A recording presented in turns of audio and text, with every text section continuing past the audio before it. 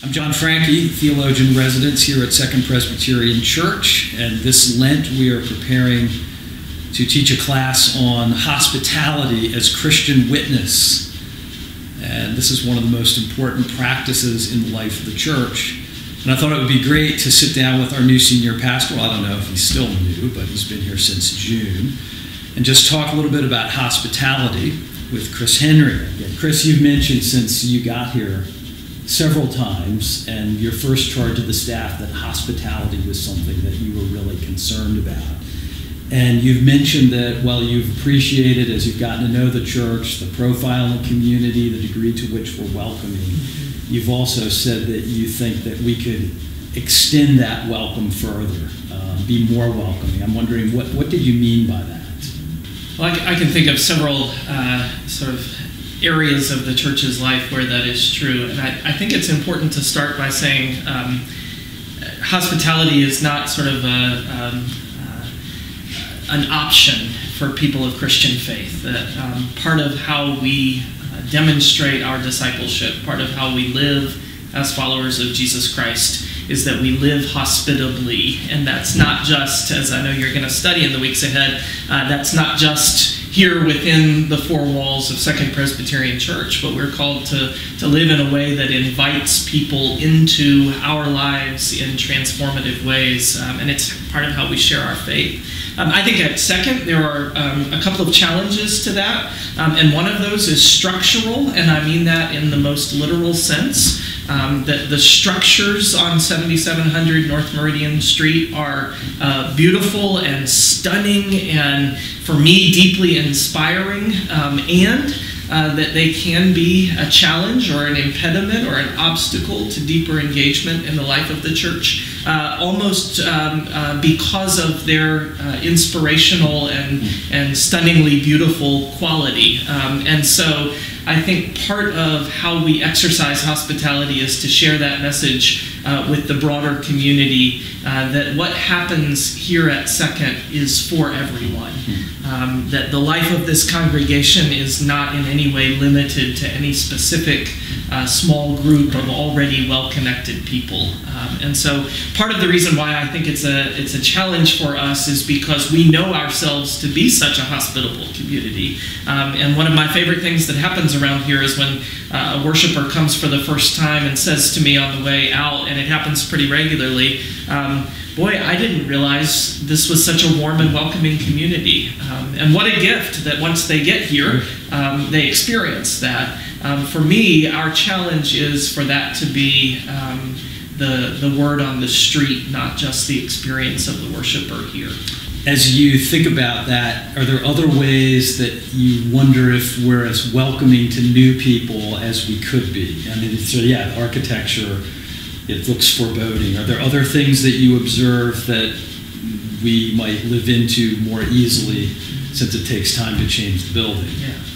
And let me be very clear, I have no plans to change the beautiful buildings at Second Presbyterian Church. That it's one of the things that drew me here was the beauty of this place and really the sanctuary. I mean, I feel like in the deepest sense of the word, this space is sanctuary, holy space set apart for the worship and service of God.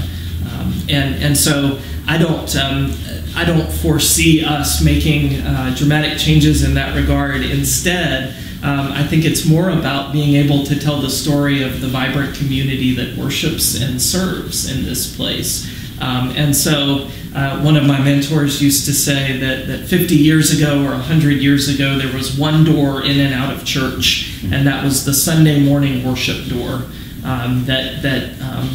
The way that you experienced the community the very first time was that you came to a worship service on Sunday morning. And certainly now, and I think for the foreseeable future, that's going to be one of the main ways that people first become acquainted with Second. But one of the great gifts of the life of this community is that it is so varied and so diverse. And that one's encounter, primary or first encounter with Second, might be a concert on a Sunday afternoon, or it might be a class offered on a Wednesday evening, or it might be bringing your children on weekday mornings to Children's Circle, or it might be that your counselor is here, and so you come to Centerpoint.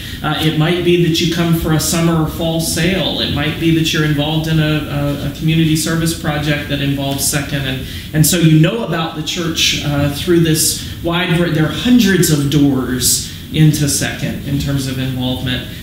My prayer would be that each of those is a place of hospitality, and so that they're not ends unto themselves, but means into, pathways into that deeper engagement with the life of the community. We are blessed right now, Sarah and I, to be Children's Circle parents. So both of our boys are here, Sam 3 days a week and Ben 2 days a week in preschool.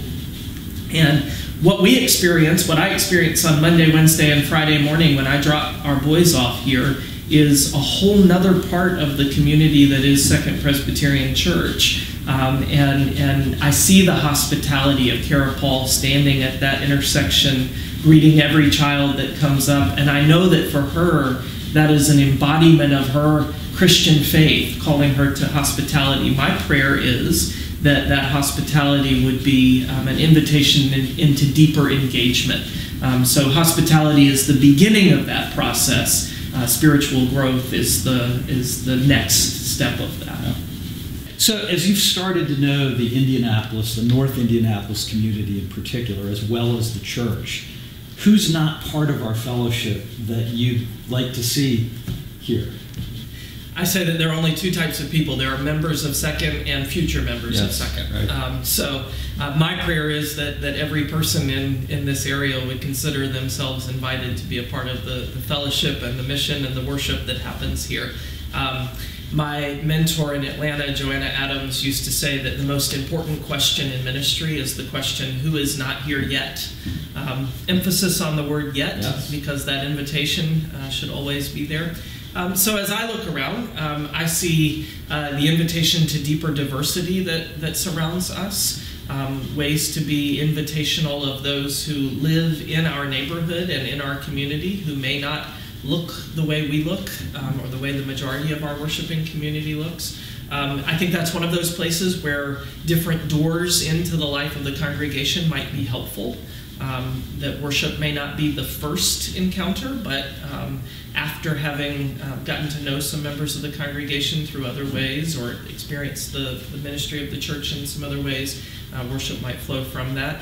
I also think about the wide age demographic that we have at Second and how we can be intentional about highlighting that as one of the gifts of this place, that we want our young children to know 80 and 90-year-olds. That's important to us. And my experience is that that's important to parents of young children sort of across the board. And so one of the things that we have to offer is a beautifully diverse population in terms of age, all of whom care for and about each other. And so I think of that as, we've got wonderful schools in our area. We've got, we've got folks who live farther out. We've got folks who live close in. So in a way, the city is our parish. I know Bill Enright used to speak of this. If it's a cathedral church, then that means it's a church for the city, and I would say for the city and points north and south of the city, really a church for the region. So I would say anyone who is not yet here are the ones who I would love to reach out to and practice that Christian hospitality with.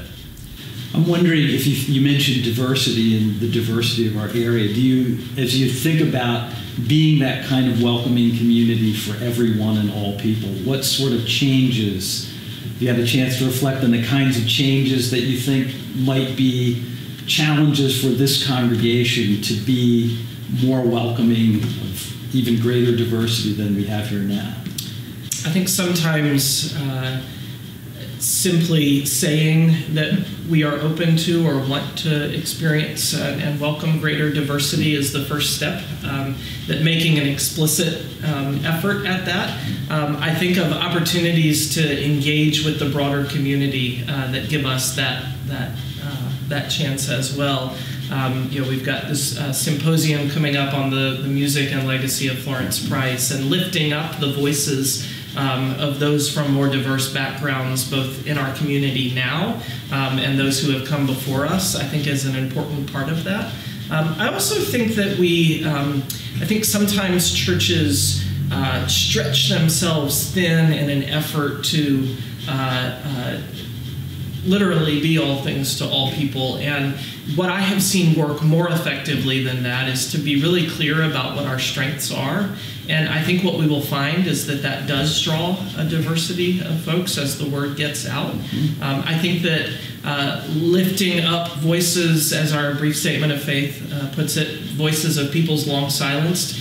So inviting into leadership those who might have voices that have not been a part of the leadership of our church. And then being in intentional engagement with community partners and congregations in our city as well. So I think there are ways to honoring what is good and strong at Second, and accentuating and really emphasizing that welcome to all people that will draw folks in. Yeah. So we've been talking a little bit about Second specifically. I'm wondering if you have, just generally speaking, if you think about the idea of hospitality, the role that hospitality plays in helping people get a new sense of vision for what God's doing in the world. I wonder if you have thoughts about that. What's good about hospitality? Well, I think about two things. I think about the ministry of Jesus, and I think about the early church in the book of Acts. And in both cases, there is an emphasis on table fellowship. And for me, the best experiences of hospitality that I have had, either as host or far more often for me as guest, have been experiences of sharing a meal. I don't think it's any coincidence that the central repeated sacrament of the Christian faith involves a table and bread and cup. And that we gather around that table not just on Communion Sundays, but every single Sunday when we gather in worship, there is a table at the center of our worship space. And so I think for me, experiences of sharing meals, and the beautiful thing is that communion happens in restaurants and in dining rooms and at kitchen counters and in a wide variety of places, that anywhere where people build community with Christ at the center, communion is celebrated. And so I think that can be transformative. I think sharing a meal with someone who disagrees with you, sharing a meal with someone who is different from you, sharing a meal with someone with whom you would just like to build a deeper relationship or have a meaningful conversation. I think it is important that we share meals together. Sarah has been in conversation with a church in Brazil that has been a rapidly growing congregation, but they have a rule around evangelism, and the rule is you can't invite anybody to church until that person has had dinner in your home. I think that speaks to the value of hospitality, because what they say is, we don't want just numbers for numbers' sake, or we don't want you inviting people to church just so you can say you invited them to church. We want you to be in relationship with people, and then through those relationships, we want you to exercise hospitality into the Christian community. I was saying at a Together at 5 worship service a couple of weeks ago that it's interesting to me that if I go to a restaurant I really love, one of the first things I want to do is give them an online review and tell all my friends, you got to try this new restaurant. It's fantastic, great food. You want to be a part of it. Wouldn't it be wonderful if we had that posture toward our church? I think many of us love the life and ministry of this congregation. What if we wanted to invite others in a relational way, in the same way that we want to share good news about a great dry cleaner, for example? Right. Great.